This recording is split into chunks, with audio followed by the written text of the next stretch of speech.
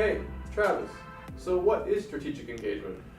Well, strategic engagement is just being smart about looking at the open and click rates that are occurring on the messages that you're sending out to your recipients.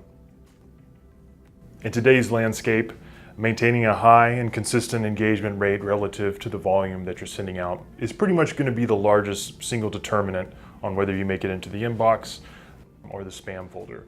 Gmail, which for a lot of senders is going to comprise a major portion of their recipient list. Obviously, it's one of the more sophisticated ISPs out there.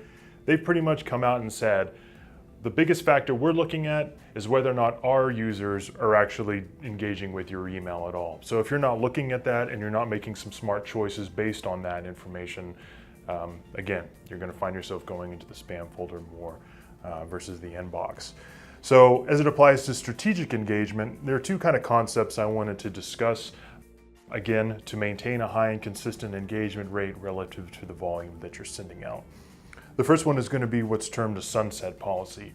Sunset policy is, in a sense, what do you do with non-engagers? At what point do you say remove a non-engager from your list?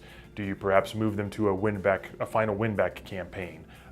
Or at the very least, do you send them less frequently? Personally, I would drop them from your list entirely. Sunset policies are going to be based around the frequency in which you send your messages. So if you send a daily email, you may want to consider a more constrained engagement window versus, say, if you were sending a monthly newsletter or something, much more extended in frequency than that. For me, I would kind of look around the 30-day mark. So after 30 days, if someone still hasn't opened that message, take them off your list. Is perhaps kind of a good way to start implementing a sunset policy.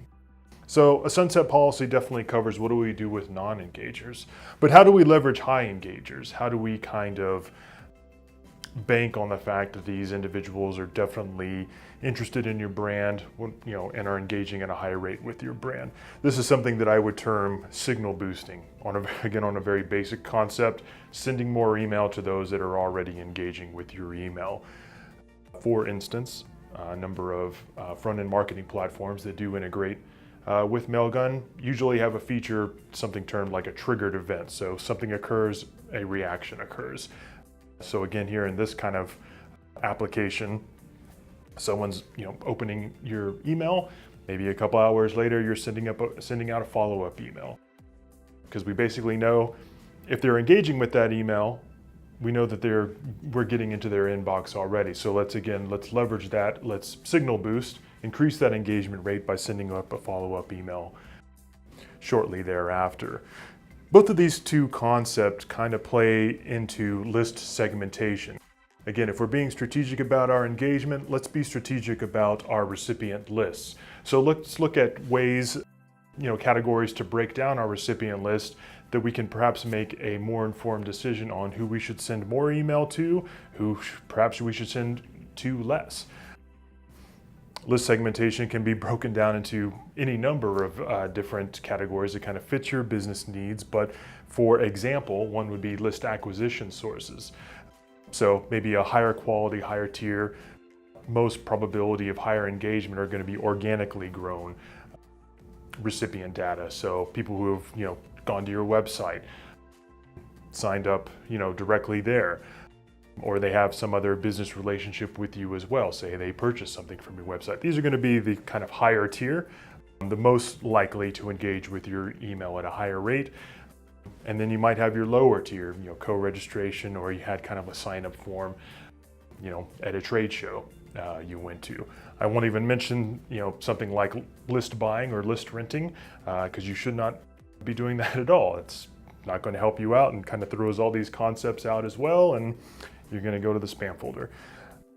So list segmentation, and then sort of this all surrounds using good data, sending to good recipient data. Because if we're not sending to good and accurate data, then again, it's hard to apply these concepts. It's hard to maintain a strong engagement rate, and it's hard to get into the inbox. So to start off with using good recipient data is a concept like opted in. Wait, Travis, so what does opted in mean? Opted in on a very basic level just means that the recipient has said, yes, I want your email. I totally understand what I'm getting into and you have my permission to start sending me, this marketing campaign, what have you. So if you're not sending to opted in, you can see where your engagement rates are going to be lower. Your spam complaints are going to be higher and you're going to be going into the spam folder. And then a final concept of sending to good, accurate recipient data is validations. So again, we're services that are making a syntactical check, make sure that that email is good. Mailgun, for instance, actually creates an SMTP session that hits the ISP, the recipient host, and says, hey, does this mailbox exist? And obviously we can provide that information to you so you can make a good educated guess that yes, this is a valid email address. So, building back up, we're using good data, good recipient data. We're perhaps being strategic in our list segmentation. We're instituting these policies, again, in the effort to maintain a consistent engagement rate relative to the volume you're sending out, building a strong sender reputation, and getting into the inbox more.